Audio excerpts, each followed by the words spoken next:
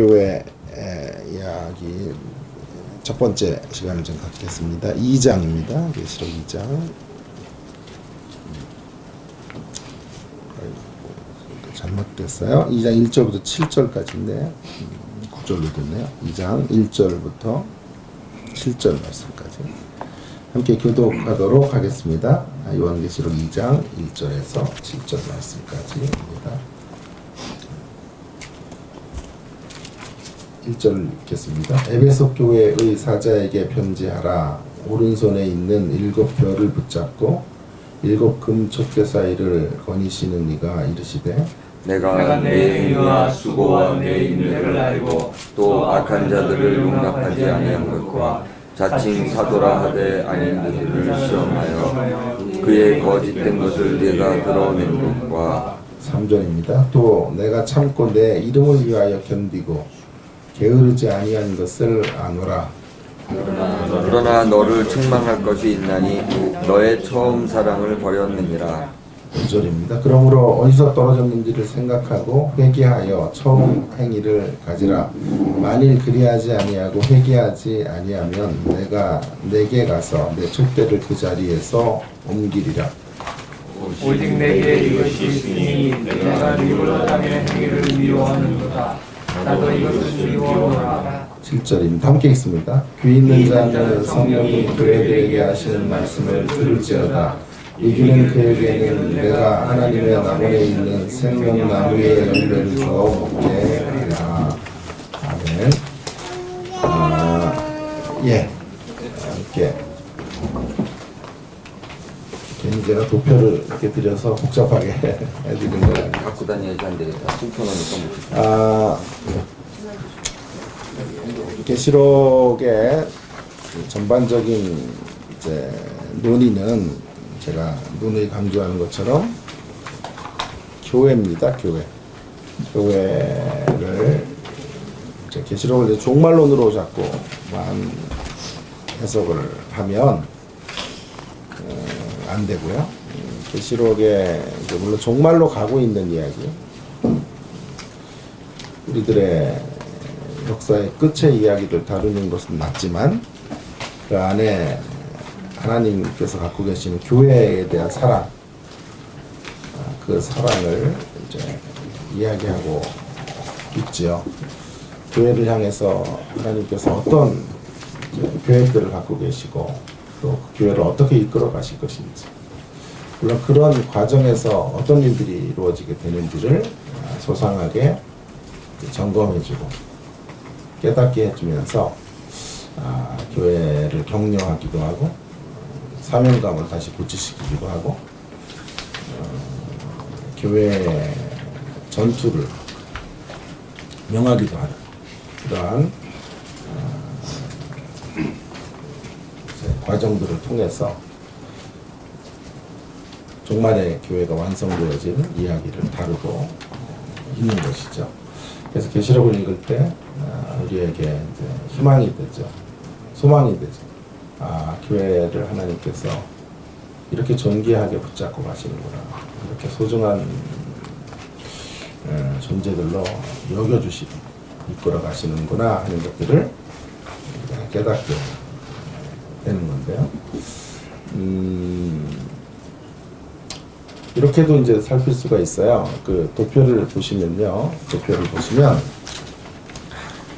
그 밑으로 이렇게 빠져 있는 세 번째 막간이 12장부터 14장인데요. 12장부터 14장이 밑으로 내려와 있죠. 교회의 전투라고 되어 있잖아요. 근데 그거를 또 한참을 계시록을 이제 무수히 가르치고 하다가 보니까 이렇게 가도 되겠다 싶어요. 그것을 교회 전투를 분모로 놓고, 분모로 깔아놓고 위에 이야기들 6장부터 16장의 이야기 전체뿐만 아니라 계시록 1장부터 22장 전체를 분자로 놓으면 계시록이 되게 또 쉬워져요. 이게 결국은 분모의 이야기는 뭐냐 하면요, 영적인 전투거든요. 교회여 끝까지 제자의 길을 걸어라, 그런 얘기거든요. 제자의 길은 매우 치열한 것이죠. 제자의 길은 이런 세상을 떠난 자리에서 나 홀로 어디 산속에서 천국을 기다리는 뭐 이런 삶이 아니죠. 제자의 도는 세상 밖으로 뛰쳐나가서 살아가는 삶이 아닌 거죠. 세상 속에 들어와서, 그러나 세상처럼 되지 않는 자리에서 바벨론 안이죠. 바벨론 안에 와 있대 바벨론이 우리 안에 들어오지는 못하도록 하는 이런 긴장 속에서 살아가는 삶이죠. 그러니까 치열한 영적인 싸움을 싸워내는 자리에 우리가 서 있어요. 그것을 이제 전반적으로 계시록 전체의 메시지에 이제 지지대로 세워놓고요. 그 위에서 주의 교회를 향하신 하나님의 계획들이 1장에서 5장까지 어떻게 하나님의 계획이 이런 것이라고 하는 것을 설정해 주시고, 그 계획들이 진행이 되는 과정에서 교회에 대한 안전과 사명을 점검시켜 주시고, 그리고 세상의 악의 세력들은 일곱인 나팔 대접재앙으로 망하게 하시고 심판하시는 이야기로, 그리고 17장부터 20장까지에 보면 그 여인을 대조하면서 한 여인 바벨론은 철저하게 망하고, 또 하나의 여인 새 예루살렘, 예수님의 신부죠. 바벨론은 짐승의 신부라 그랬잖아요. 그래서 예수님의 신부인 교회를, 그러니까 새 예루살렘이 천국이 아니라 교회인 거죠. 새 하늘과 새 땅은 천국인데 그 안에 새 하늘과 새 땅을 디테일하게 다루려는 마음이 요한에게 있는 게 아니고요. 그 안에서 교회가 중심이 되고, 새 하늘과 새 땅의 중심인 교회가 새 예루살렘으로 하늘에서부터 내려오는 장면들을 보여주고 있는 것인데요. 그래서 궁극적으로 새 예루살렘의 교회가 금으로 되어져 있고, 재밌는 것은 금으로 되어 있는 것만이 아니라 이 새 예루살렘은 진주예요. 진주문이 있어요. 네? 12개의 진주문이 있는데 이것도 굉장히 의미심장한 거예요. 진주는 이제 모래 알갱이들이 들어오고 하는 그런 많은 고통들을 감내하면서 힘들고 어려운 진통 속에서 결국은 좀 영예를 잠깐 집어넣는다면 은혜로운 측면으로 좀 부연 설명을 한다면 끊임없는 싸움 속에서 고통을 이겨내는 과정 속에서 진주가 되죠. 그죠? 그런 과정. 교회가 바로 그런 과정을 통해서 진주되는 길을 걷게 된다는 거예요. 영적인 전투를 이제 통해서 교회가 그런 진주의 길로 나아가고 있는, 금으로 되어 있다는 것은 천국이 금이라는 뜻이 아니고요. 전국이 가장, 그러니까 그 새 예루살렘인 교회가 가장 존귀한 자들이다. 존귀한 위치와 지위와 영광을 누리게 된다라고 하는 것을 알려주되, 그러나 진주의 길을 걸어오는 것이다. 그러니까 고통 없는 자리에서 그런 영광을 누리는 것이 아니고 전투를 해가는 영적인 전투의 자리에서 이러한 이제 영광의 자리에 이르게 됩니다. 고난 없는 그런 승리가 아니에요. 고난을 통한 승리의 과정들을 통해서 이기게 되는 이야기들을 다루게 되는 것이죠.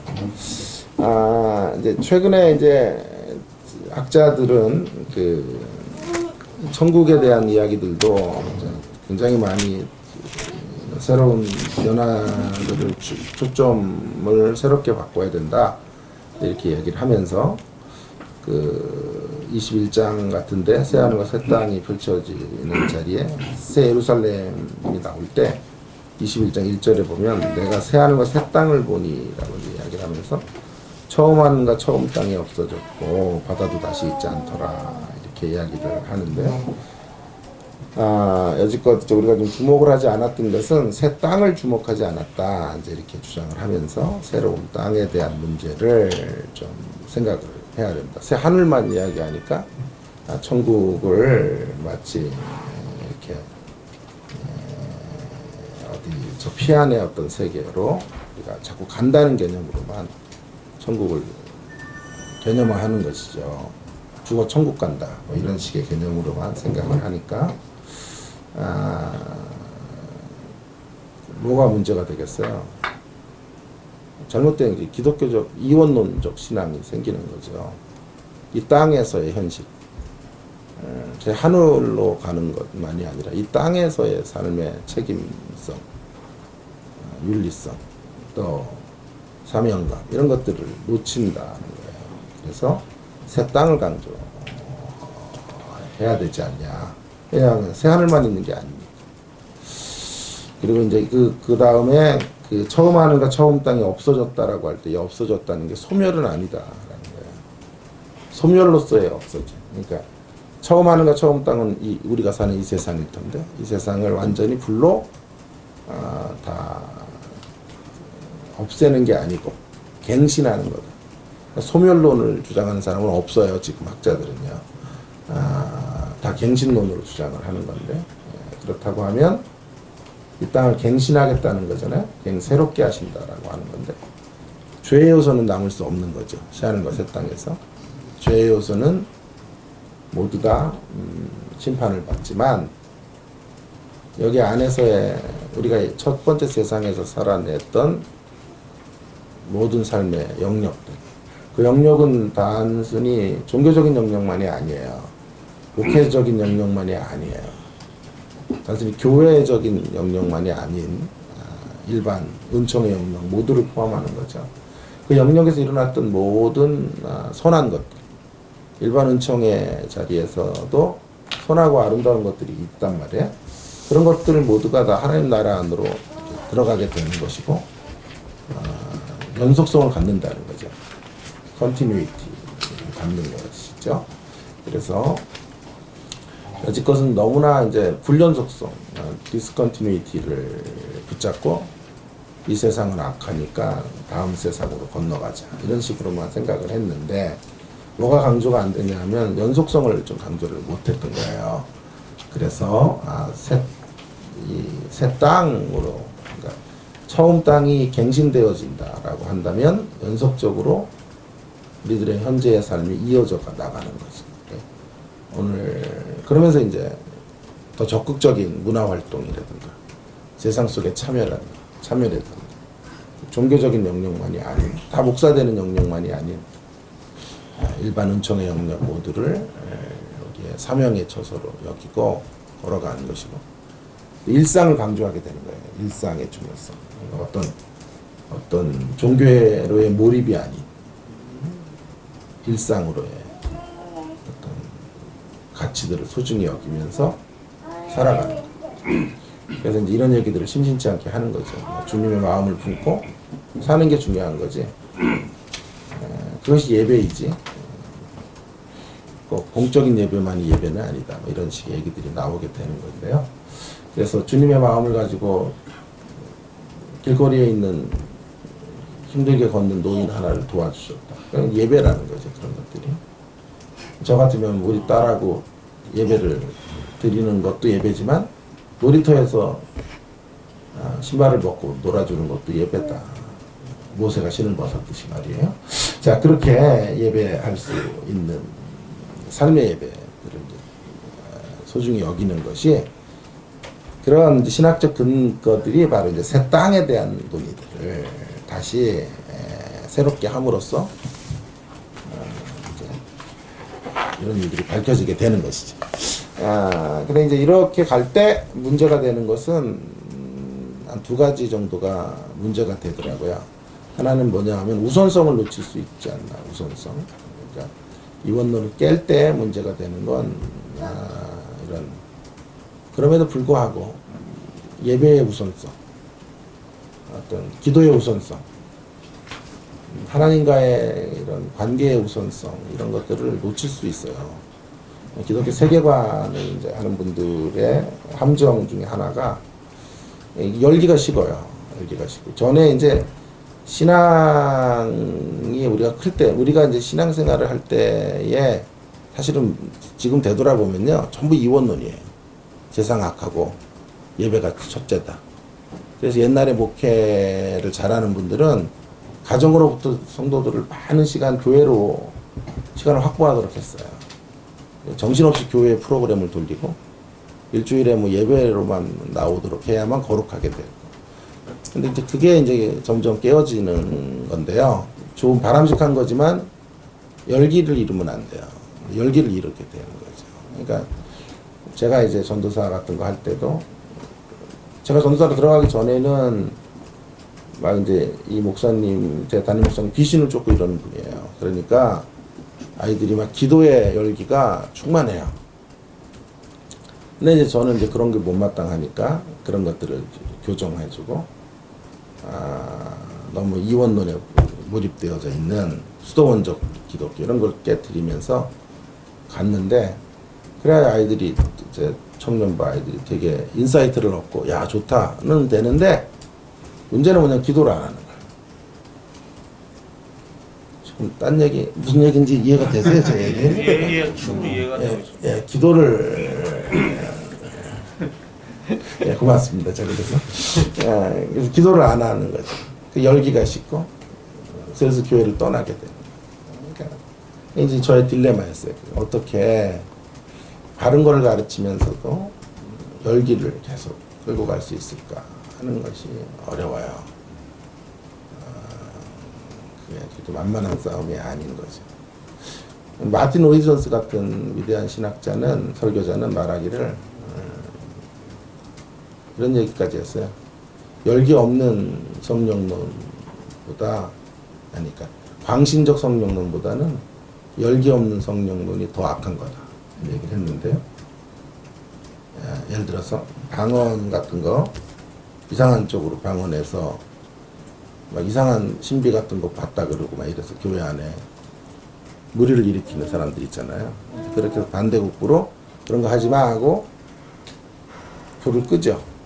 기도가 방언을 집에서 하지 못하러 여기 와서 하냐고 이렇게 해서, 그렇게 되면 이제 기도를 안 하게 돼요, 성도들이. 그렇게 돼서 불이 꺼지는 거는 차라리 광신적 기독교보다도 더 이게 악한 거라는 거죠.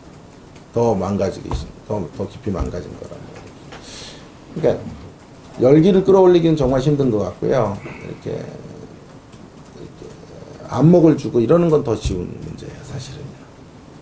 저도 이제 개인적으로 설교를 준비하는 건 쉬운 것 같아요, 상대적으로. 그만큼 기도하는 건 어려워요.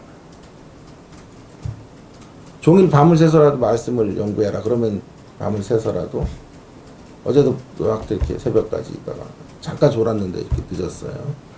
그런 걸 하겠어요. 그리고 막 뭘 새로운 거 발견해내고 발굴해내고 통찰력을 얻고 이러는 걸 하겠는데, 동의가 안 되시는구나.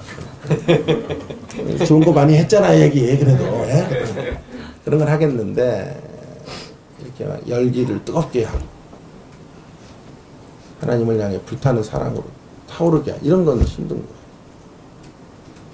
이 두 가지를 같이 가져가야 이 교회가 살아가는 건데, 이 새 땅의 문제들을 이제 소중히 여기는 분들은 한쪽을 버릴 위험들이 땡땡해요. 되게. 너무도 냉랭한데 뭐 들을 것들은 많지만 너무도 차갑고, 신앙이 다 불이 꺼진 자리에서 사변으로 가는 거죠.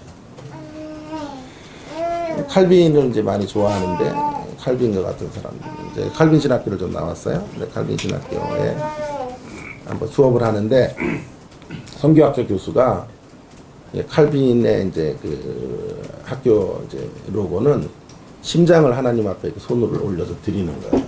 저거 바꿔야 된다. 저거. 심장을 드리는 학교가 아니라 이 학교는 머리를 올려드리고 있다. 그러니까 이제 가슴으로 하나님 앞에 나가는 기독교가 칼빈이 원래 생각했던 기독교인데, 근데 가슴의 열기는 잃고 머리로 나가는 거예요. 그래서 이제 칼빈 거기 CRC 교단이죠. CRC 교단에 웬만한 성도들의 집에는 바빙크 원전 이런 것들이 다 있어요. 뭐 저도 한번 안 읽어봤거든요. 헤르만 바빙크라는 신학자, 화란 신학자의 원전 이런 것들을 다 가지고 있고, 헬라어 히브리어 같은 것들에 대해 정통한 평신도들도 수두룩한데도 교단이 부흥이 안 돼요. 교회가 활성화가 안 돼요. 젊은이들이 다 떠났어. MDB 아이들이 없어요. 그래가지고 수업에 들어가면 3분의 1가 한국 학생들. 우리가 가주지 않으면 돈을 못 벌어요. 거기 망해요. 3분의 1이 그 나라 미국 아이들이 바라는 계열의 미국 아이들. 뜨는 교회들은 어디예요? 미국에서 뜨는 교회 교단은 오순절이에요. 오순절은 폭발적인 부흥을 계속해서 이루어가고 지금 세계의 가장 주류가 되는 교단이 오순절이랍니다. 열기를 가지고 하나님 앞에 나아가는. 그래서 어쨌든 이런 방향을 우리가 정하되 이원론을 깨는 기독교로 가되 열기를 가져가야 됩니다. 근데 그런 게 이제 문제가 될 수 있고 또 하나 문제는 뭐냐면 이렇게 새 땅을 강조하게 된다면 통치를 강조하는 거거든요. 이 땅에 하나님 나라가 통치로 임하는 거다. 그러다 보니까요. 이 장소를 너무 약화시키는 거예요. 결국은 그러면 우리가 하나님 나라로 들어가는 건 아니냐? 사실 우리의 궁극적 희망은 뭐죠? 죽어 천국을 가는 건데 그리고 하나님 나라가 우리에게 마지막으로 기다리고 있기 때문에 이 한많은 세상을 떠나도 억울하지가 않은 건데 그런 장소에 대한 논의가 이제는 거의 진행되질 않고 있어요. 통치다, 하나님 다스리는 곳이 하나님 나라다 이런 식으로 가면 궁극적인 장소로서야 거기 어딘지는 모르겠지만 그 장소가 어떻게 펼쳐질지는 모르겠지만 그 장소로서의 하나님의 나라에 대한 소망과 기다림은 없는 것이 아닌가. 결국 궁극적으로 주기철 목사님 같은 분들, 순교자들이 마지막까지 버틸 수 있었던 건 하나님 나라로 이제 이 고탕 지나서 들어간다. 이런 생각들을 확신하면서 갔던 거거든요. 이제 그런 것들을 좀 약화시킨다면 궁극적으로 기독교 신앙이 기반을 잃지 않을까 이런 생각이 들어요. 그래서 통치를 무지하게 강조를 해야 되는 건 맞지만 이 두 가지 문제 기독교 이원론을 깨되 열기를 회복하는 것과 통치를 강조하되 역시 장소가 있어야죠. 미래적 장소로서의 하나님의 나라가 완성이 되는 것이니까 그 두 가지를 좀 어려운 얘기를 했어요. 그 두 가지를 좀 가지고 가요. 그래서 오늘 정리를 좀 다시 한번 머릿속으로 하시면요. 분모에 뭐를 넣자고요? 교회 전투를 보세요.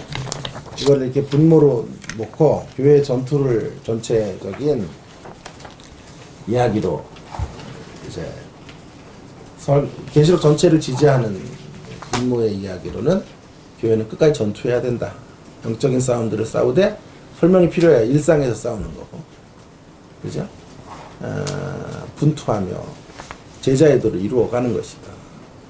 라는 건데, 이제 그 분자에는 그런 영적인 전투를 명하는 자리에 이제 교회를 향한 플랜들이 어떻게 진행될지 하는 것들을 알려주시는 이야기로 읽어가면 훨씬 더 간단하게 계시록 전체가 여러분의 머릿속에 들어올 수 있겠고, 그 다음에 점선으로 표시된 것들이 좀 애매했었잖아요. 막간인 듯 막간 아닌 듯 이렇게 됐었지만 이렇게 밑으로 전체 분자 분모로 풀면 훨씬 더 이해하기가 쉽지 않을까. 지금 뭐 다른 세상 얘기하는 건 아니죠. 우리 계속 여기 얘기하는 거니까. 자, 오늘 그런 교회에 대한 이야기들을 좀 가지고 좀 생각해야 될 것이 도표 하나만 더 좀 보려고 하는 것인데요. 하나만 더 봐보십시다. 뒤에 보시면 다 갖고 계신가요? 뒤에 보시면 이렇게 영어로 되어 있는 도표, 이렇게 7재앙 시리즈의 구조라는 것들이 몇 페이지 있을 텐데 있어요? 3페이지. 여기 보이세요? 7재앙 시기의 구조라는 것들이 있는데 한번 보십시다. 특별히 이 가운데 있는 대목을 잘 들여다보면 6장부터 16장인데 6장부터 16장까지 이야기들을 좀 한번 좀 생각을 해보면 이렇게 되어 있어요. 그 일곱 인, 일곱 나팔, 일곱 대접으로 가는 그 위에 6장에서 11장 이건 좀 잘못된 것 같고 어쨌든 그건 다시 한번 제가 도표를 보십시다. 자 어쨌든 앞에 네 가지 재앙 처음 네 개를 제가 한 묶음이라고 했어요. 그죠? 처음 네 안에서 그 일곱 인재앙에서는 기수들이 나타나요. 말탄자들이 네 나타나고 나팔재앙으로 가보세요. 나팔재앙에 보면 주로 자연계예요. 이 재앙들이 자연계를 향해서 3분의 1의 범위로 해, 달, 강 뭐 이런 것들이 산이 이제 바다에 던져지고 물이 오염되어지고 이런 것들이 나타난단 말이에요. 그리고 대접재앙에도 보면 전부 그런 연속 분산해서 그러니까 앞에 거는요 주로 성격들이 같아요. 같으면서도 나팔과 대접에서 보면 아직까지는 인간을 향해서 전면적인 이런 공격적인 물론 간접적 피해를 당하겠죠. 물이 오염되면 그 물을 먹으면서 살충제 같은 거 결안에 뿌리면 서서히 몸이 안 좋아지듯 그렇게 되겠지만 직접적으로 인간을 죽이지는 않아 이렇게 타겟이 되는 건 아니죠.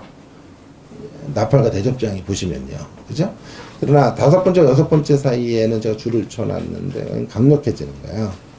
강력한 재앙으로 이제 사람들을 직접적으로 타겟으로 해서 죽여요. 그 다음에 이제 어떻게 되는 구조냐 하면 이런 구조가 되는 거죠. 이게 6장이고 7장에서 교회의 이야기, 교회의 안전. 제가 사실은 17절까지인데 7장 1절부터 17절까지예요. 제가 잘못 도표를 그렸나 보다. 자, 7장의 1절에서 17절까지 전체가 되겠어요. 거기 8절이라고 되어 있는 걸 17절로 고치시고요. 교회의 안전이라고 하는 막간이 이제 여기 들어오게 돼요.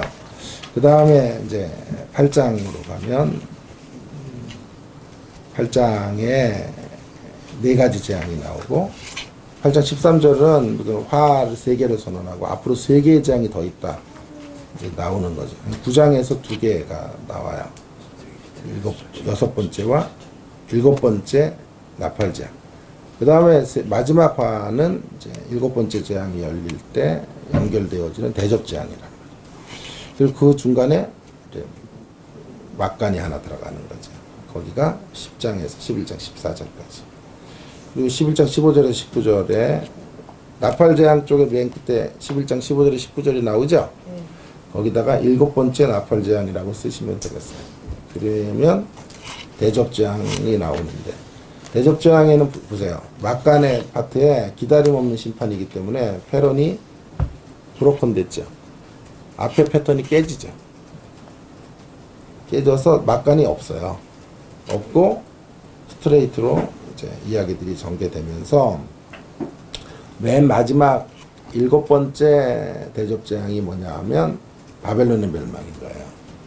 그리고 바벨론의 멸망은 17장과 18장에 전면적으로 다루어지는 형태로 계시록이 흘러가는데 그 중간에 이제 그 중간에 빠지는 장이 12장부터 14장까지 빠져요. 이 도표를 그린 이제 계시록의 학자도 이게 이 대목 12장부터 14장 대목 때문에 거기 교회 전투라고는 제가 써놓은 거고, 예? 이 사람은 이걸 이렇게 애매하게 걸어놓고 박스를 2개로 이렇게 해놔서 간격을 벌려놓고 끝냈어요. 근데 저는 이걸 연결하고 싶었던 거죠. 연결하고 싶었는데 이렇게 앞에 막간에 또 하나의 막간으로 연결하면 교환, 교사, 교전이 되지 않냐 이렇게 보는 거예요. 그래서 15장, 16장. 사실은 원래는 12장부터 15장까지를 이 보링이라는 학자인데 이 도표는요 15장까지를 했는데 제가 보기에는 15장은 대접재앙으로 넘어가야 돼요. 왜냐하면 대접재앙의 서론으로 이제 15장이 쓰이고 있기 때문에 15장은 대접재앙 쪽으로 넘어간다면 15장과 16장의 이야기를 가지고 대접으로 놓고 12장과 14장을 이제 교회의 전투로 생각하면 되겠습니다. 근데 오늘은 제가 이제 어떻게까지 이야기를 했냐면 이 교회 전투 파트를 빼가지고 어디로 놓자고요? 분모로 놓고 분모로 놔서 12장과 14장이 교회 전체적인 계시록의 지지대로 사용을 하고 분자에 이제 1장부터 22장까지의 이야기 전체를 이제 논의하는 이런 방향으로 흘러가죠. 이해가 좀 되셨나요? 네, 좀 어려웠나요? 다음에 또 할 테니까요. 자, 그래서 이제 교회에 대한 이야기를 우리가 좀 오늘 하려고 하는데 전면적으로 1장과 2장으로 이제 다시 오셔서 계시록에 교회 이야기들을 좀 해보면 좋겠어요. 1장은 지난번에 좀 다뤘기 때문에 그렇게 거론하지 않겠고 이따가 제가 이제 에베소 교회를 하면서 조금 더 다루겠는데, 자 1장에 보면 이제 2장에 보면 7교회가 이제 소개가 되는데 이게 교회 이야기이기 때문에 교회들에 대한 디테일한 겉면들이 이제 여기 들어와 있어요. 먼저 에베소 교회인데요. 에베소 교회 이야기. 에서보드 사빌라 초자를 따서 외우면 평생 잊어버리지가 않아요. 서와 빌은 서모나와 빌라델피아는 칭찬만 들어. 에서보드 사대와 빌라 라오디게아 교회는 책망 1세계 교회. 그 정도의 구조로 이제 알아두면 좋겠고요. 제일 먼저 나온 교회가 에베소 교회인데 디테일한 내용들은 오늘 뭐 다 다루기가 쉽지가 않아요. 교회 하나만 가지고도 몇 줄을 하면 할 수가 있는데 그렇게 하면 안 되고 빨리 좀 4장 쪽으로 넘어가야 될 것 같아서 나머지 또 자세한 것들은 제가 책을 하나 제가 쓴 책이에요. 계시록. 근데 뭐 살 필요는 없을지 몰라서 오늘 그냥 추천합니다. 두란노에 나오는 하우 시리즈의 계시록 파트를 이제 제가 몇 년 됐어요. 쓴 지가 10몇 년, 지금도 많이 증보가 돼서 이제 이게 어떻게 책이 됐냐면요.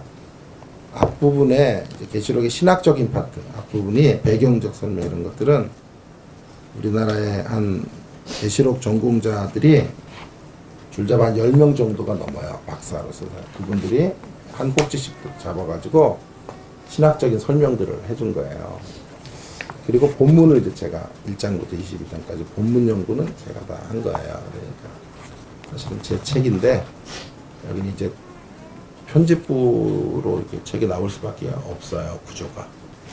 그래서 이제 제가 지금 앞으로는 이 책을 좀 중보해가지고 떼가지고 또 계시록도 그 뒤에도 많이 제가 업그레이드를 시켰으니까 책으로 지금 준비를 하고 있고 학교에 큐티 교수들하고 나누는 큐티 책자로 계시록 파트를 또 제가 여러 군데에서 제가 계시록을 부분 매일 성경의 계시록도 제가 만들었고 그래서 여러 군데 이제 제가 했는데 그 책에 이제 좀 디테일하게 이런 것들이 소개가 되어 있으니까 참고하시면 좋겠어요. 자, 오늘 이제 좀 다루려고 한 첫 번째 교회 이야기는 제목을 이렇게 달았어요. 좋은 교회를 넘어서 위대한 교회로. 좋은 신앙을 넘어서 위대한 신앙. 좋은 신자가 되는 것을 넘어서 위대한 신자가 되는 것으로 이제 나아가는 것인데, 디모데 후서 3장 16절과 17절에 보시면, 먼저 이렇게 16절에 보면 모든 성경은 하나님의 감동으로 된 것으로 교훈과 책망과 바르게 함과 의로 교육하게 유익하 이런 것들을 위해서 성경이 쓰여졌는데 그 결과는 뭐냐 하면요. 그렇게 해서 성경을 가지고 교훈을 하고 책망을 하고 바르게 해서 의로 교육을 해서 만들어낸 결과가 뭐냐 하면 17절에 보면 하나님의 사람으로 온전하게 하는 것인데 그 다음에 선한 일을 행할 능력을 갖추게 하는 거죠. 하나님의 사람으로 온전하게 하고 선한 일을 행할 능력을 갖추게 하는 거죠. 16절을 좀 많이 외우는데 17절을 아는 분들은 또 많이 없어요. 그래서 궁극적으로 두 가지인데요. 먼저 하나님의 사람으로 온전하게 하는 것은 내면의 변화. 지난번에도 한번 being이라고 말했어요. 모든 일을 행할 능력은 doing이죠. being이 나타나는 doing의 형태를 갖고 있는 것이 성경을 통한 목적이에요.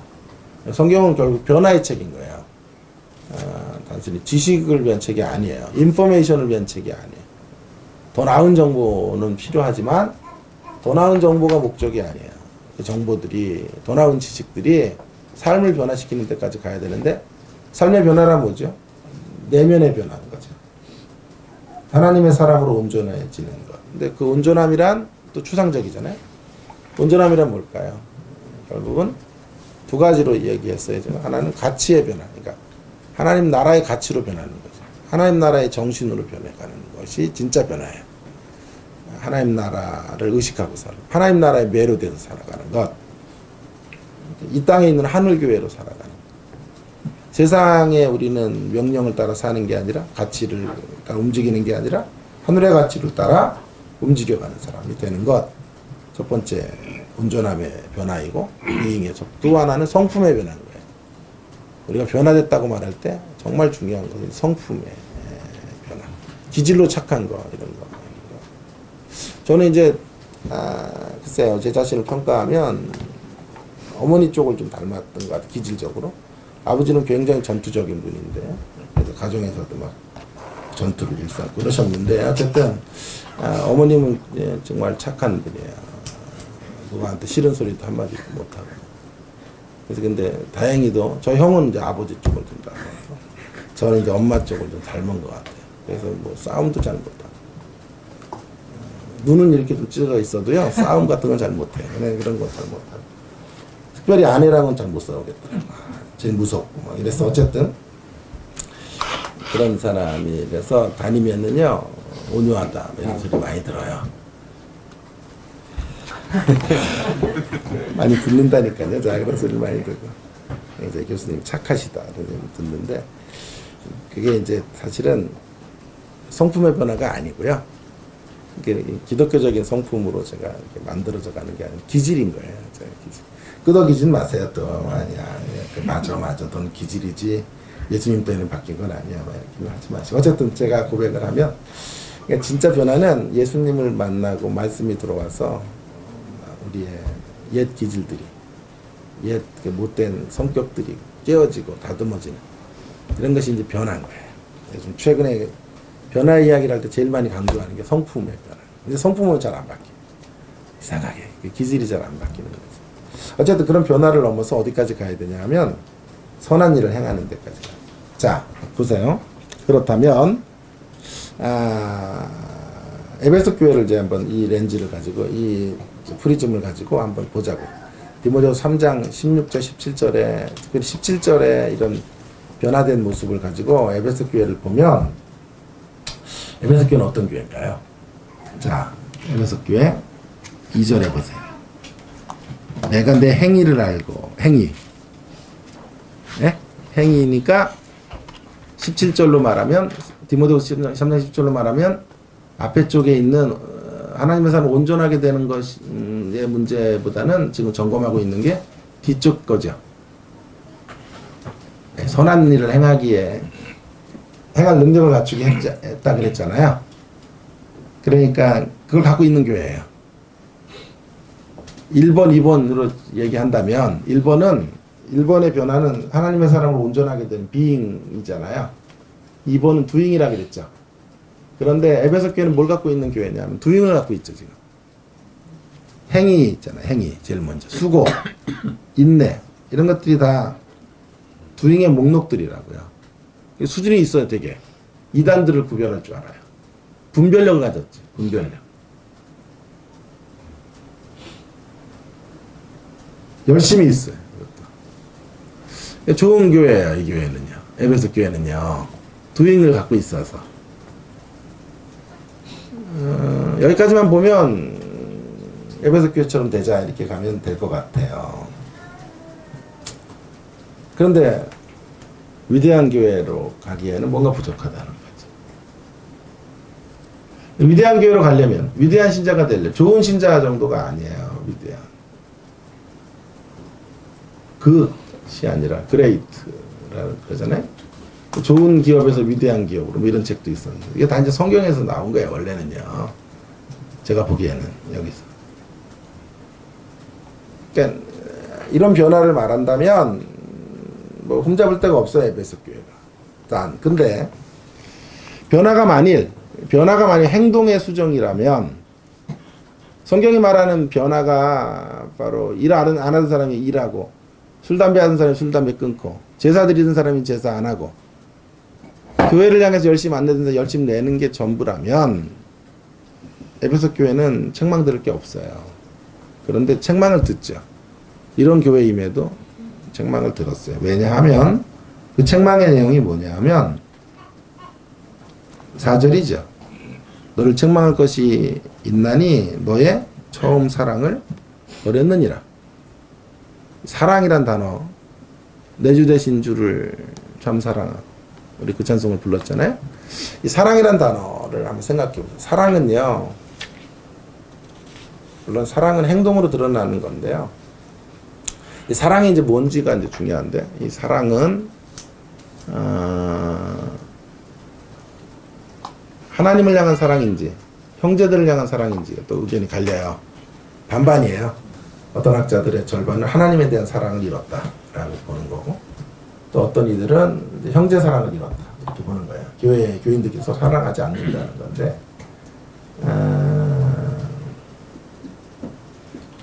저는 이렇게 생각하는 거죠. 형제 사랑이라고 해도요, 만약에 답이 형제 사랑을 잃어버린 그 궁극적 원인은 하나님 사랑을 잃으면 형제 사랑을 잃어요. 하나님과의 사랑은 결국, 사랑이란 단어는 또 다른 말로 말하면 관계란 말이에요. 하나님과의 관계가 어긋나면 형제들하고의 관계도 어긋나게 돼 있어요. 당연히요. 그러니까 궁극적으로 이것은 하나님의 사랑이라고 말해도 틀리지 않아요.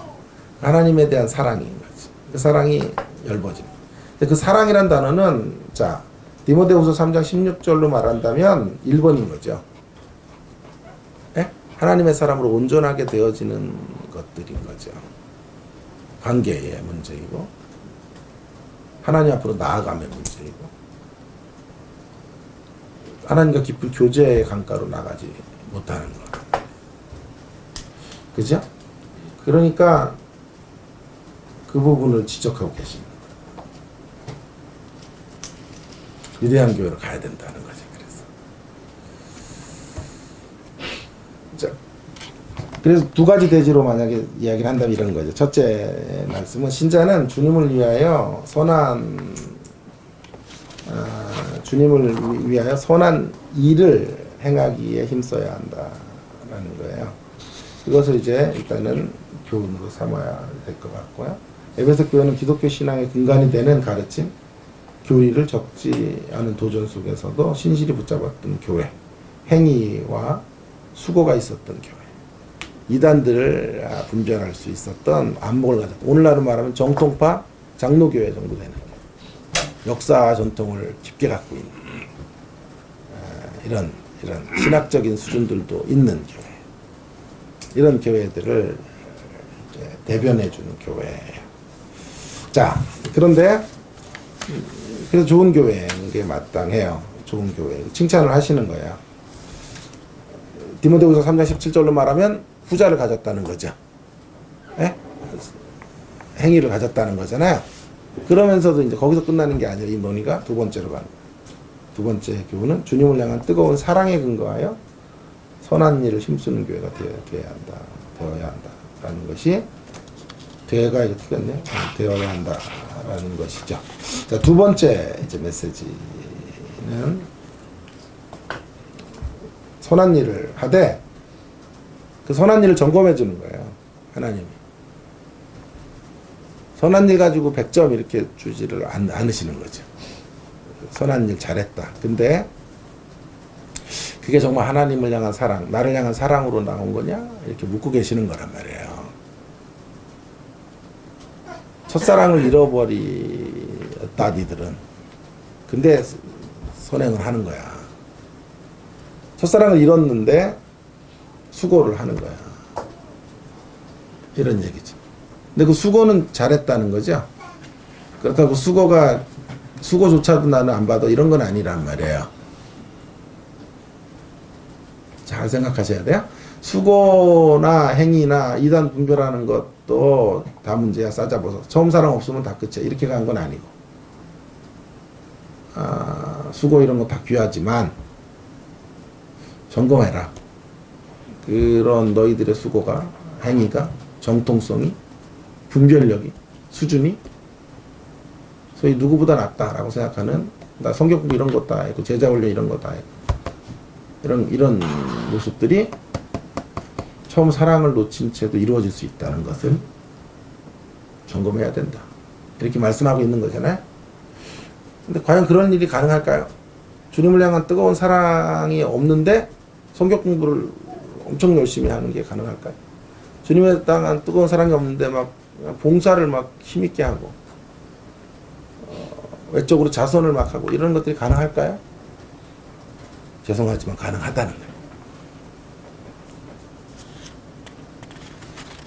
얼마든지 가능하다.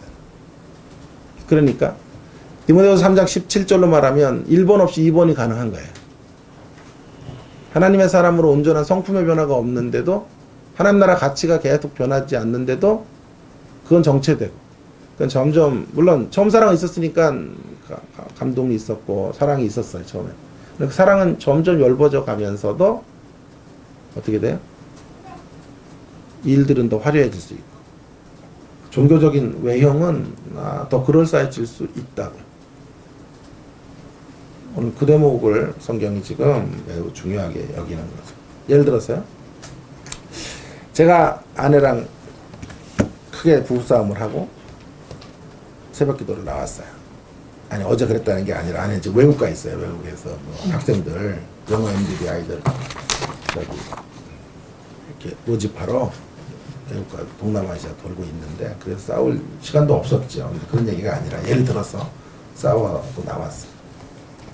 옛날 같으면요, 초창기에 저 같으면 설교를 못해요. 너무 마음이 괴로워서 설교를 아주 짧게 하고, 오늘 제가 정말 죄인이기 때문에 설교할 자격도 없고, 준비한 거는 1시간짜리지만 10분만 하겠습니다. 그리고 50분은 자습하세요. 내가 자습시키고 이랬는데, 자습 알죠? 스스로 공부하는 거, 자습. 제가 혹시 안 나오면 저한테 전화 걸고 이러지 마시고 자습하시면 돼요. 새벽에 혹시 안 오면 자습하면 좋은데. 자, 살았다. 자, 그래서 그렇게 양심이 그때는 그런 부분에서 예민했었다고요. 근데요, 지금 이제 벌써 뭐 목사 노릇한 지 교수 생활만 15년이 됐으니까 이렇게 이제 기술이 굉장히 늘어 있어요. 스킬이 늘어가지고 원고 하나도 없이도 언제든지 올라가서 뭐 1시간씩 떠드는 거는 뭐 큰 문제가 없어요. 그래가지고 그런 심령에도 불구하고 강의를 하고 설교를 하는 거예요. 근데 강의가 끝나고 학생들이 은혜 받았다는 게 더 많아. 할렐루야. 부부싸움 하고 오면요, 은혜가 더 넘쳐. 그래가지고 죄가 심한 곳에 은혜가 더 충만해지는 모양이에요. 그래가지고 은혜를 받았다.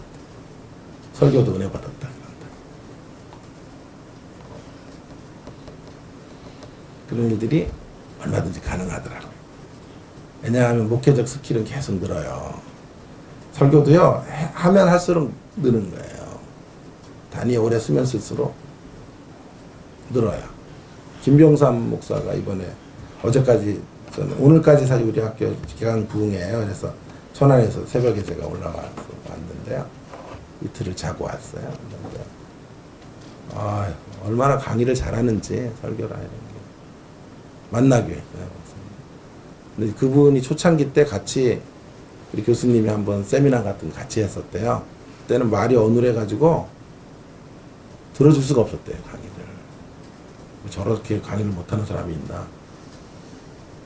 그랬는데 깜짝 놀라는 거야, 이 교수님이. 그 발전 속도가 어마어마한 거예요.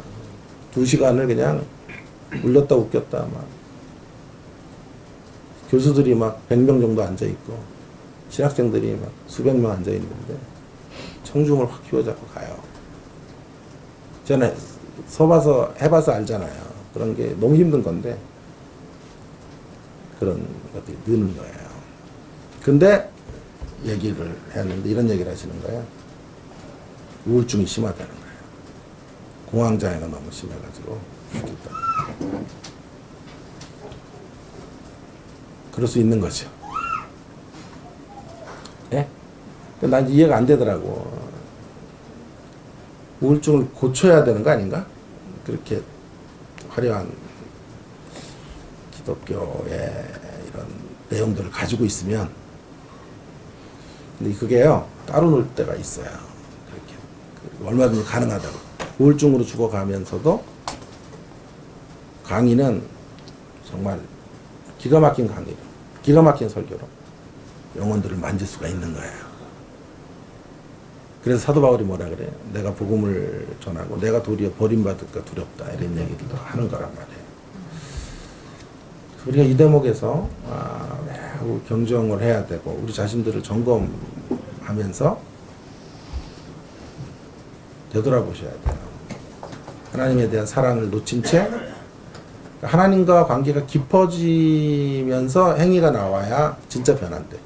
그 하나님과의 관계가 깊어지지 않으면서도 얼마든지 두잉의 화려함을 만들어갈 수 있다는 것들에 대해서 속으면 안 되겠다. 그렇다면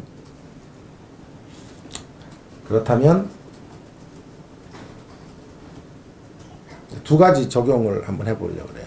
두 가지 적용을 하고 마치려고. 첫 번째 적용 보세요. 프린트물에 금물 우리가 구체적으로 그렇다면 이제 이렇게 되는 거잖아요. 어떻게 돼야 돼? 우리 어디로 가야 될까? 이렇게 가는 건 금물이에요. 첫째, 선한 행위로 우리가 하나님 앞에 반듯하게 선주로 생각하지 말아야 된다라는 거죠. 그러니까 이것은 내가 선한 행위가 끝이면 그걸로 인정을 다 받았으면 그거면 되는 거예요. 그러면 하나님 기쁘시게 하는 거예요. 그걸로요. 강의 잘하고 설교 은혜롭게 하고 유명 강사로 살고 좋은 평가 얻고 선한 일을 많이 하고 구제 많이 하고 그게 이제 전부면 그걸로 쓰면 되는 건데 지금 성경은 말하는 거죠. 그걸로 설 수 없다는 거잖아요. 거기가 끝이 아니라는 거죠. 그거는 끝이야. 끝. 좋다. 그러나 그레이트로 가야 된다. 위대한 신자로 가야 되는데 선주로 생각하지 마십시오. 내가 이런 행위를 하기 때문에 내가 이런 일들을 하기 때문에 내가 대단하다고 생각하지는 말아야 돼요. 자기 부정이 항상 있어요. 나는 알잖아요. 내가 누군지를 나는 알고. 그렇게 영향력을 끼쳐도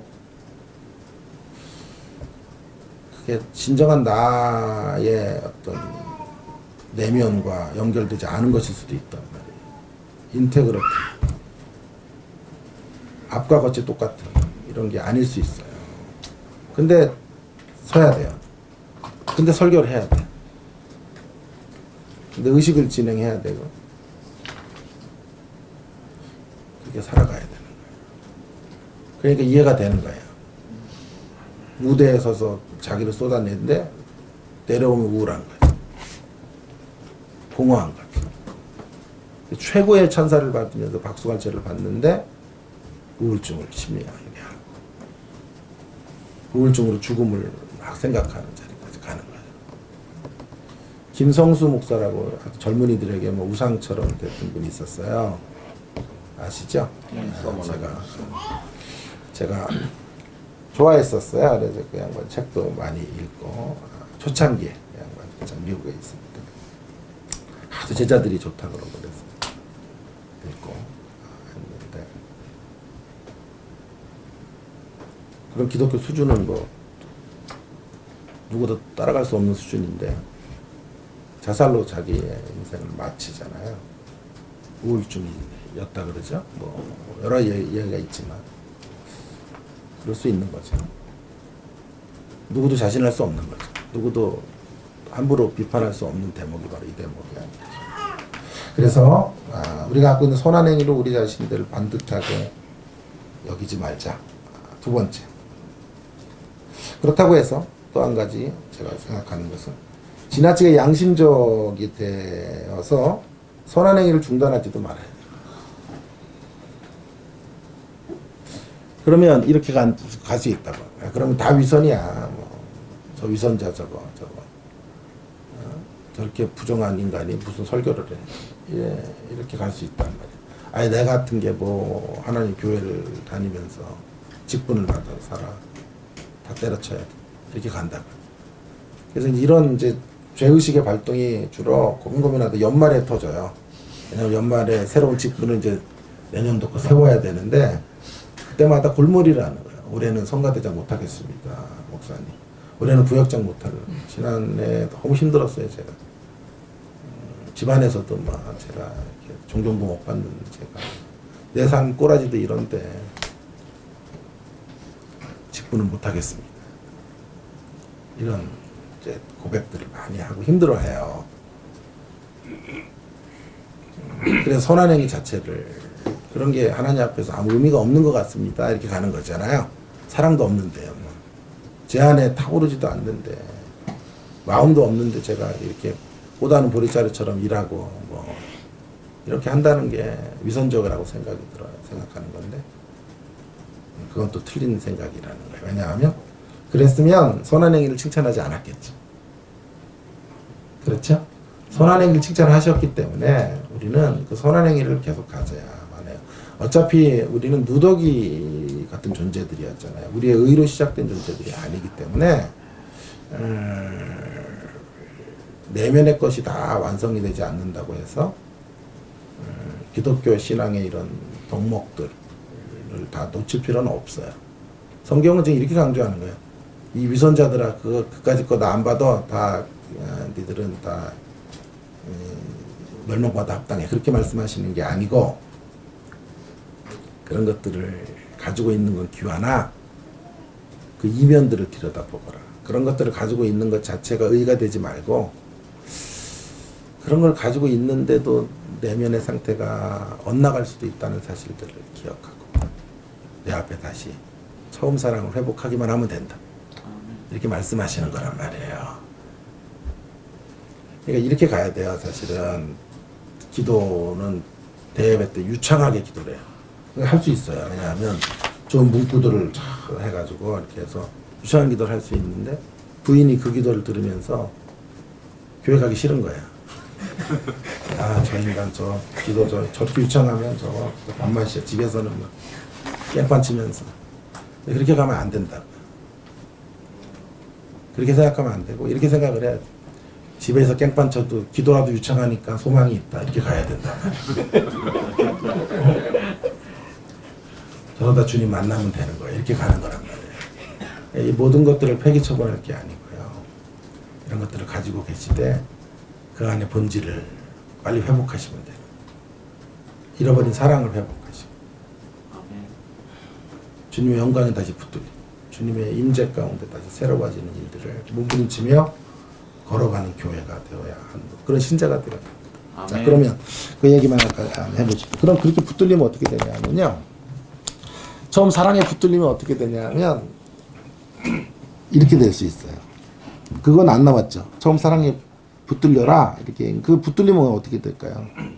잃어버린 처음 사랑을 회복하고 날마다 살면 요한이 보여주는 거예요. 요한이 1장 9절에서 요한이 말해 나 요한은 너 형제 예수의 환난과 나와 처음에 동참하는 자라 그 얘기하면서 극심한 자기의 상태를 설명하죠.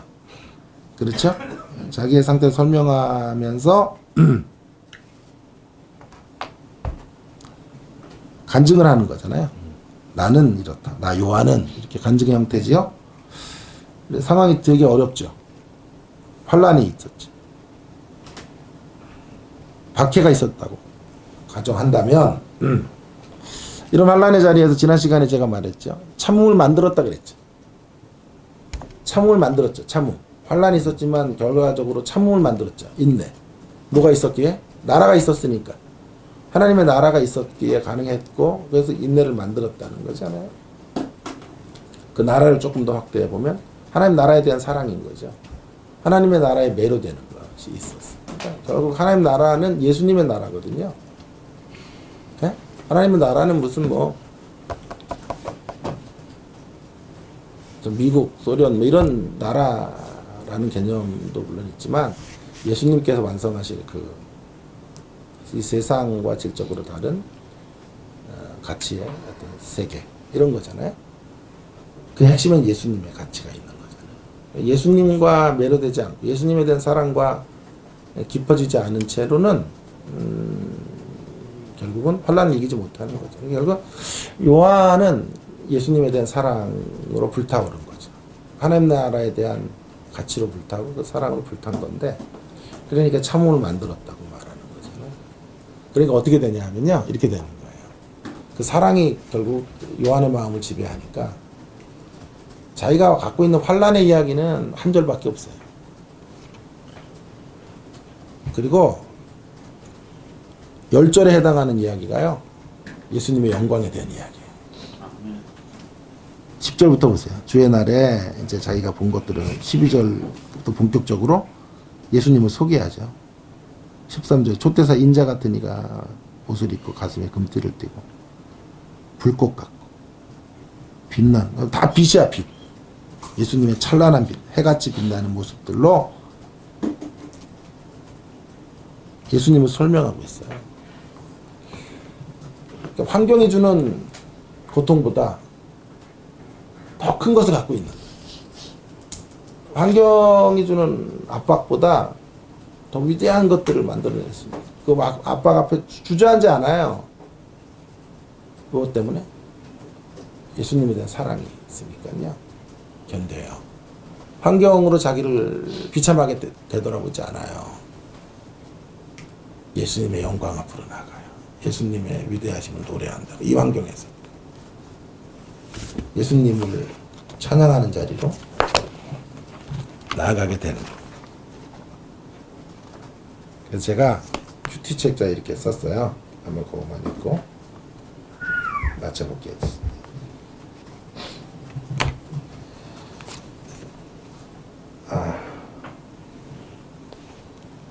여기 아니구나. 예, 어쨌든 여기 큐티책자에 이렇게 썼어요. 지금 요한은 보세요. 사도 요한에게 자기 신세 타령 같은 거는 없어요. 오히려 자신이 처한 상황에 대해서 고작 9절에서 가볍게 한 번 언급하는 것으로 넘어가 버리고요. 대신에 반모에 있는 자신을 찾아오신 부활하신 영광의 주님에 대해서 11구절을 쓰고 있어요. 그러니까 지금 신세 한탄을 하는 게 아니에요. 유배지에서 근근히 견디는 게 아니에요. 그는 지금 예수님의 영광에 압도당하고 있어요. 그분이 주시는 위로와 소망에 충만해지고 있어요. 그래서 위대한 신앙의 자리로 나가는 거예요. 그죠? 그 환란을 견디고 거기서도 찬송해요. 반모에서도 찬송하고 노래하는 자리로 나아가고 있는 거예요. 우리가 주님의 사랑에 불타면요. 주님의 사랑 가운데 영광에 압도당하면 우리도 반모를 이기고 우리의 삶의 환경들이 아무리 어둡고 힘들어도 거기서 예수님에게 집중하고 예수님을 노래하고 예수님을 높이는 그런 신자의 걸음들을 걸어갈 수 있게 될 것입니다. 그런 에베소 교회가 되어라. 이제 말씀하신 처음 사랑을 가져라. 잃어버린 처음 사랑을 가지시고 다시 회복된 자들로 아름다운 행함의 자리로 나가시는 귀한 성도님들 되시기를 바랍니다. 아멘. 우리 좋으신 하나님 함께